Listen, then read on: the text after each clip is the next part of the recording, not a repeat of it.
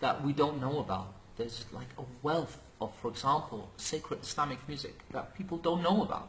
Really, I didn't know about. I'm still learning. It's unbelievable, really, and it's just so incredible. And this is somehow linked to my upcoming project, which I'll talk about momentarily, inshallah.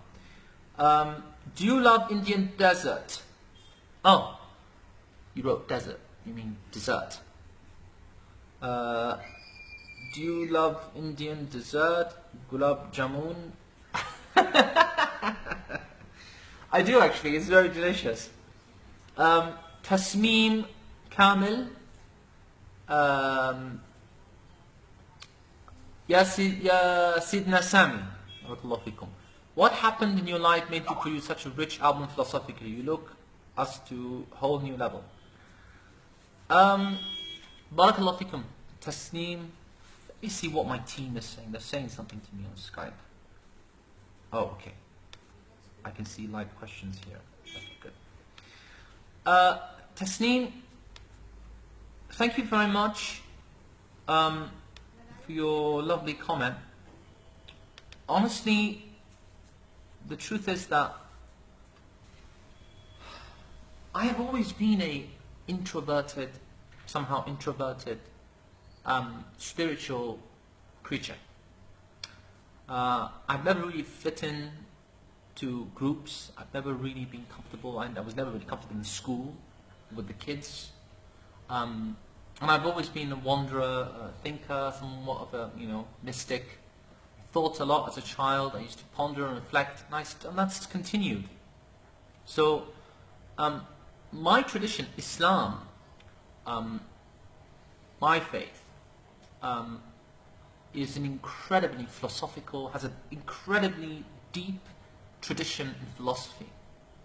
And, it all goes back to read, the ayah, verses in the sacred text.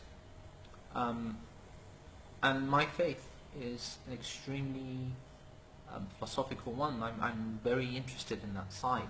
I'm very interested in philosophy, the traditional philosophy, not Nietzsche or these new guys who modern philosophy that doesn't have roots, hanging. Traditional philosophy, I'm very interested in, from Aristotle all the way to Meister Eckhart, and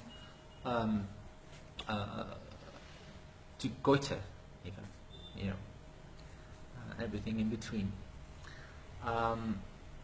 Okay, moving on. How was the Maha? How can you balance between the fame life and original life? But I mean, like private life, and I think that's what you mean. When I come back home, I'm not Sami Yusuf the singer. I'm a husband, who gets shouted at. I'm a son to my mother, and just a normal husband, normal son, a friend, a brother. So I still do the garbage and take it out, put it in the dustbin. It's important. Fame, I don't wish fame on anybody. Anybody who ever asks for fame is making a gigantic mistake, a huge mistake. Fame is not something, fame has no, on its own, has no value on its own. It really is a kind of test. I don't want to use curse, astaghfirullah, but it's a giant test. Nobody should ask for it. I really didn't want it, but it was thrown onto me, we have to be grateful, bifadlillah.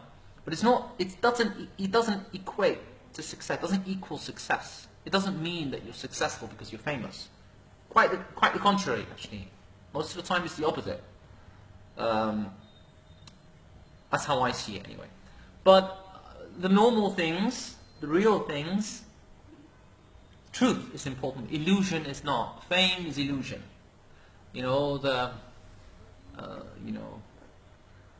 Although I appreciate it, I understand from my supporters, all of you amazing people, I appreciate the love and kindness, but, at the end of the day, what matters is your relationship to the sacred, and your integrity, and your honesty, and how honest you are to yourself. and the real with a capital R, reality. That's important. So the you know um, the whole fame side of things, that world doesn't really interest me at all. How was the impact of Rumi and Ibn Arabi precisely, the Sufism in your life? This is Safwa al-Hajj. Being of Azeri Persian origin, the Azeri and also Turkish and also Persian, that part of the Eastern Islamic world is heavily influenced by Tasawwuf, heavily. It's been trickled down to the masses through art and ultimately through culture. Again, art and music is also part of culture. But the normal person, the layman, for example, a layman in Tabriz or Baku or Tehran or anywhere in that part of the world, still has the adab, that deep tradition. Even if they've become modernized, and even if we live in a modern world, and even if we wear modern clothes, and even maybe you might find a tattoo of some guys. Maybe even in Turkey you'll find an earring. Some men wear earrings. Contrary and odd as it may seem, yet within the characters of these people, you'll find that there's still that adab, and tasawwuf for me, ultimately, at a very basic level, is adab. It's manners, it's etiquette, it's how we deal with one another. So I also found this in Morocco, I found this in the western parts of the Islamic world, I found it in Maghrib, also Egypt, I found it. It's very deep, but I'm a lover of these things. Anybody who knows me knows I love Muhyiddin Ibn Arabi. I'm not going to lie to you, I don't understand everything he says. It's not for everybody. I need to read different articles that I trust, but there are certain figures in history that are difficult to understand. Maulana Jalaluddin Rumi, or Balkhi, correctly, that's his correct name. He's from Balkh. Rumi means from Rome. He's not from Rome. And Balkh is in Khurasan. Ibn Arabi, Muhyiddin Shaykh al-Akbar, and Jalaluddin Rumi, particularly his Divan Shams, are difficult to understand. Much of what you read in the Divan Shams, he has two books, Masnavi, the Mathnawi, and Divan of Shams. The Mathnawi is quite religious and actually very religious. Some people even say the greatest tafsir of the Quran is the Masnavi. If you want to understand the many of the deeper meanings, deeper layered meanings of the Quran, it would be wise to refer back to the Masnavi. It's not difficult to understand. The Divan Shams is difficult to understand because many of these statements, they're like ecstatic utterances. It's when Maulana was in a state of ecstasy or in a very, very special sacred state, and they're difficult to understand. They're difficult to understand. Muhyiddin Ibn Arabi, to understand Muhyiddin Ibn Arabi, you have to know what came before it. And to understand that, you need to understand what came before that.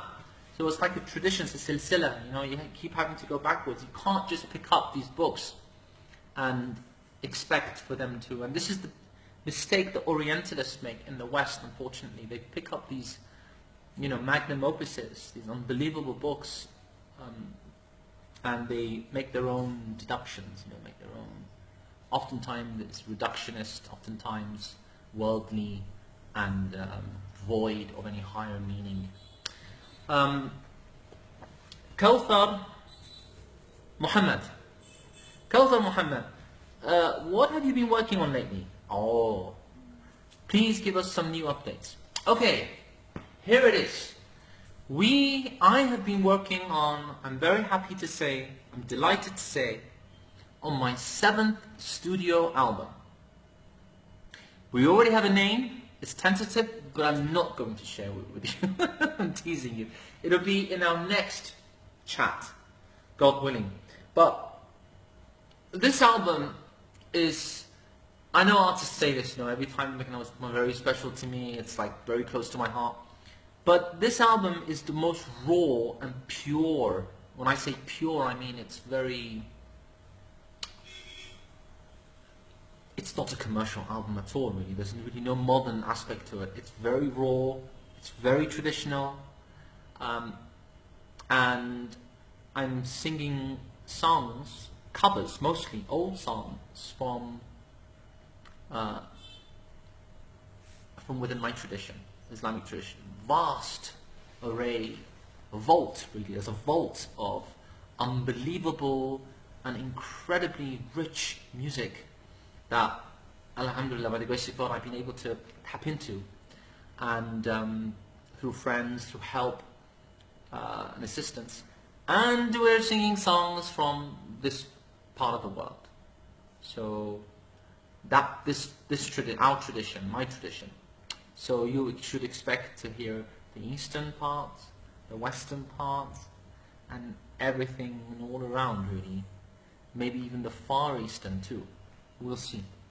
But I'm not going to reveal too much. I don't want to ruin the surprise, but hopefully it'll be something worth waiting for. Zara Bana. Username Zahra Bana 1. Hello Sami Yusuf. My question is, do you believe that there is spirituality of messages sent to lovers of love? Do you believe that there is the spirituality of messages sent to lovers of love? I think, what kind of love are we talking about? Because my understanding is that all love, all real love, even the mundane,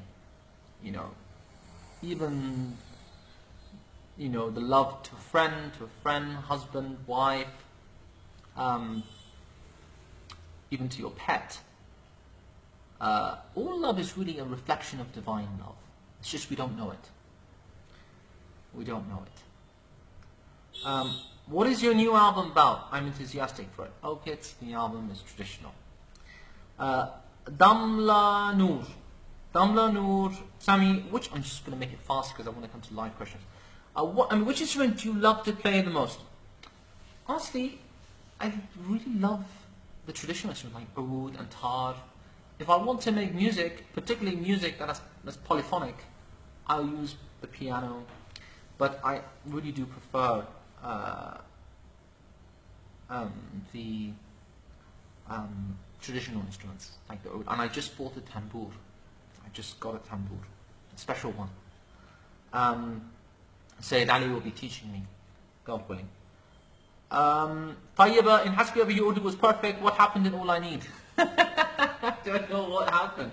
Same guy who taught me, it's the same chap, Mahbub.